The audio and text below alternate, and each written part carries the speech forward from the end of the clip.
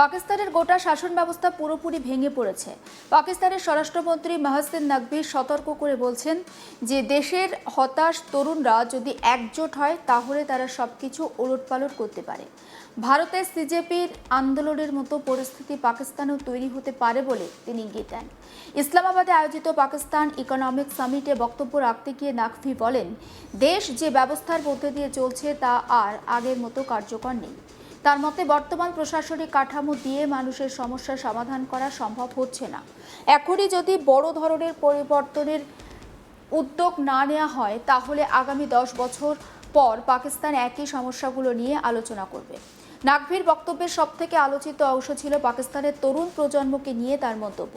তিনি ভারতের নিট প্রশ্ন ফাঁসের প্রতিবাদে ছাত্রছাত্রীদের রাস্তায় নামার ঘটনার প্রসঙ্গ টেনে বলেন, পাকিস্তানের অসন্তুষ্ট যুব সমাজ যদি একইভাবে একজোট হয়ে আন্দোলনে নামে তাহলে দেশের পরিস্থিতিতে বড় ধরনের পরিবর্তন আসতে পারে।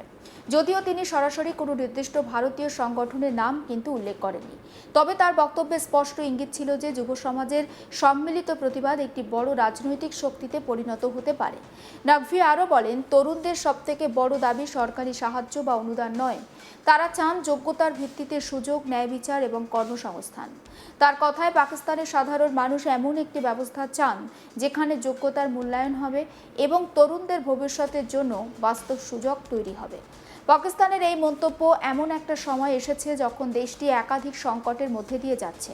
অর্থনৈতিক দুরবস্থা, বেকারত্ব বৃদ্ধি, রাজনৈতিক অস্থিরতা এবং বিভিন্ন অঞ্চলে নিরাপত্তাজনিত সমস্যা সব মিলিয়ে চাপের মুখে রয়েছে পাকিস্তান সরকার। বিশেষ করে বালুচিস্তান, পাকিস্তান অধিকৃত কাশ্মীর এবং খাইবার পাখতুনখোয়া অঞ্চলে দীর্ঘদিন ধরেই বিস্তীর্ণ বিভিন্ন ধরনের অশান্তি আর অসন্তোষ রয়েছে। পাশাপাশি দেশের অর্থনীতি, বৈদেশিক ঋণ আর প্রশাসনিক দুর্বলতা নিয়েও প্রশ্ন উঠেছে। ঠিক এই পরিস্থিতিতে পাকিস্তান সেনা প্রতিষ্ঠানও দেশের স্থিতিশীলতা বজায় রাখার চেষ্টা করছে। পাকিস্তানের চিফ অফ ডিফেন্স ফোর্স বা সিডিএফ আসিম মুনিরের ভূমিকা নিয়েও আলোচনা চলছে। তবে নাকভি স্পষ্ট করেছেন, শুধুমাত্র নিরাপত্তা বা সামরিক উদ্যোগ দিয়ে দেশের সমস্যার সমাধান সম্ভব নয়।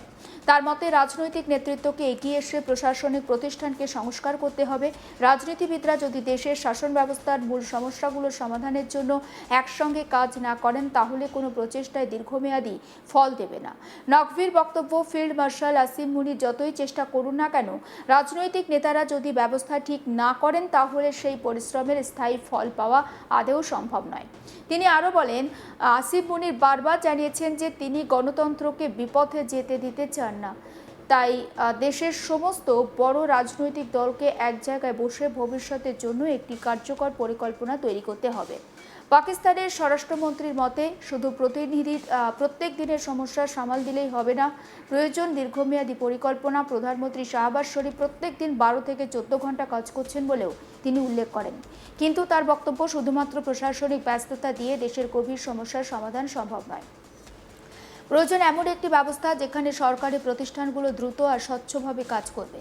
স্থানীয় সরকারকে আরও ক্ষমতা দিতে হবে এবং প্রশাসনিক কাঠামোকে মানুষের প্রয়োজন অনুযায়ী পরিবর্তন করতে হবে। নাকভি নতুন প্রশাসনিক ইউনিট তৈরির পক্ষেও মত দিয়েছেন। তার মতে বর্তমান ব্যবস্থায় অনেক ক্ষেত্রে সিদ্ধান্ত নিতে দেরি হচ্ছে, সাধারণ মানুষের কাছে সরকারি পরিষেবা পৌঁছাতে সমস্যা তৈরি হচ্ছে। তাই প্রশাসনকে আরও কার্যকর করতে নতুন কাঠামোর প্রয়োজন রয়েছে। পাকিস্তানের অর্থনৈতিক সংকট নিয়েও তিনি উদ্বেগ প্রকাশ করেন। তার মতে দেশের ক্রমবর্ধমান ঋণের বোঝা, দুর্বল প্রশাসন, সরকারি কাজের ধীর গতি এবং কর্মসংস্থানের অভাব, এই সমস্যাগুলোর সমাধান শুধুমাত্র সামরিক পদক্ষেপ দিয়ে করা সম্ভব নয়। এর জন্য প্রয়োজন মূলগত পরিবর্তন। নাকভির বক্তব্যে উঠে এসেছে আরও একটি গুরুত্বপূর্ণ বিষয়, তরুণ প্রজন্মের অসন্তোষ। পাকিস্তানের জনসংখ্যার একটা বড় অংশই তরুণ, কিন্তু চাকরির অভাব আর ভবিষ্যৎ নিয়ে অনিশ্চয়তার কারণে এই প্রজন্মের মধ্যে হতাশা বাড়ছে বলে মনে করছেন অনেকে। স্বরাষ্ট্রমন্ত্রী বলেন, এই তরুণদের শক্তিকে অবহেলা করা যাবে না। যদি তারা কোনো একটি ইস্যুকে কেন্দ্র করে ঐক্যবদ্ধ হয় তাহলে তার প্রভাব পাকিস্তানের রাজনীতি, সমাজ ব্যবস্থার ওপর পড়তে পারে। এ প্রসঙ্গে তিনি একটি বিতর্কিত মন্তব্যও করেন। তিনি বলেন, তাদের আপনি যুবক বলুন, তেলাপোকা বলুন বা অন্য কিছু বলুন, এই তেলাপোকারা যদি একজোট হয় না তাহলে সব কিছু কিন্তু ওলটপালট করে দিতে পারে। এই মন্তব্যের পরে রাজনৈতিক মহলে স্বাভাবিকভাবে আলোচনা শুরু হয়েছে। অনেকেই মনে করছেন নাকভি আসলে পাকিস্তানের তরুণ সমাজের মধ্যে জমে থাকা ক্ষোভ আর পরিবর্তনের আশঙ্কার দিকেই ইঙ্গিত করছেন। অন্যদিকে ভারতের প্রসঙ্গ উঠে এসেছে তার বক্তব্যে। আমরা জানি খুব সম্প্রতি ভারতের নিট প্রশ্নফাঁস নিয়ে ছাত্রছাত্রীদের আন্দোলনের উদাহরণ তিনি সেখানে দিয়েছেন এবং সেই উদাহরণ টেনে তিনি বোঝাতে চেয়েছেন শিক্ষিত আর সচেতন যুব সমাজ যখন কোনো বিষয়ে ঐক্যবদ্ধ হয় তখন তা সরকারের ওপর একটা বড় ধরনের চাপ তৈরি করতে পারে। সম্প্রতি ভারত পাকিস্তান সম্পর্কের একটি ঘটনাতেও আলোচনায় এসেছিলেন মহসিন নাকভি। এশিয়া কাপ 2025-এর ফাইনালে ভারত পাকিস্তানকে হারানোর পর ট্রফি গ্রহণের বিষয়টি নিয়েও বিতর্ক হয়েছিল। ভারতীয় ক্রিকেট দল নাকভির হাত থেকে ট্রফি নিতে অস্বীকার করেছিল। সেই ঘটনার পরও তাকে নিয়ে রাজনৈতিক মহলে একটা আলোচনা তৈরি হয়েছিল। তবে এবার তার বক্তব্যের কেন্দ্রবিন্দু ক্রিকেট নয়, পাকিস্তানের অভ্যন্তরীণ পরিস্থিতি। বিশ্লেষকরা বলছেন পাকিস্তানের বর্তমান সংকট শুধু অর্থনৈতিক নয়, এটি একই সঙ্গে রাজনৈতিক আর প্রশাসনিক সংকটও।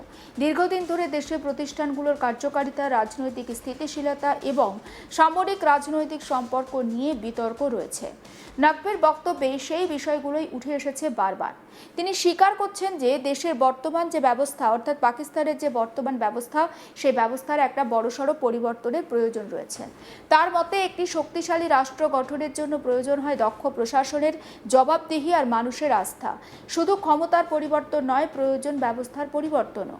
এখন দেখার বিষয় পাকিস্তানের এই রাজনৈতিক নেতৃত্ব এই বার্তাকে কিভাবে গ্রহণ করে। কারণ নাকভির বক্তব্য শুধু একটি রাজনৈতিক মন্তব্য নয়, বরং দেশের ভবিষ্যৎ শাসন ব্যবস্থা নিয়ে একটি বড় প্রশ্ন তুলে দিয়েছে। একদিকে অর্থনৈতিক চাপ, অন্যদিকে বেকারত্ব আর রাজনৈতিক অনিশ্চয়তা, সব মিলিয়ে পাকিস্তানের সামনে একটা কঠিন চ্যালেঞ্জ। এই পরিস্থিতিতে তরুণ সমাজের ভূমিকা অত্যন্ত কিন্তু একটা গুরুত্বপূর্ণ হতে পারে বলে মনে করা হচ্ছে। সেটাই এখন নজরে রাখার বিষয় রয়েছে।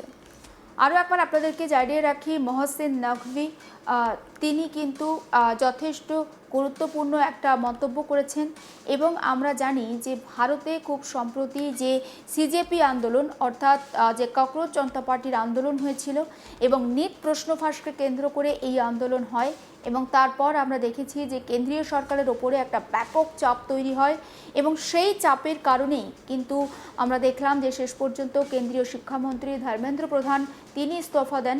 এবং নাকভি বলছেন যে পাকিস্তানের বর্তমান যে পরিস্থিতির মধ্যে দিয়ে পাকিস্তান যাচ্ছে তাতে পাকিস্তানের শাসন ব্যবস্থা, সমাজ ব্যবস্থা, পাকিস্তানের অর্থনীতি খুব একটা ভালো সময়ের মধ্যে দিয়ে যাচ্ছে না।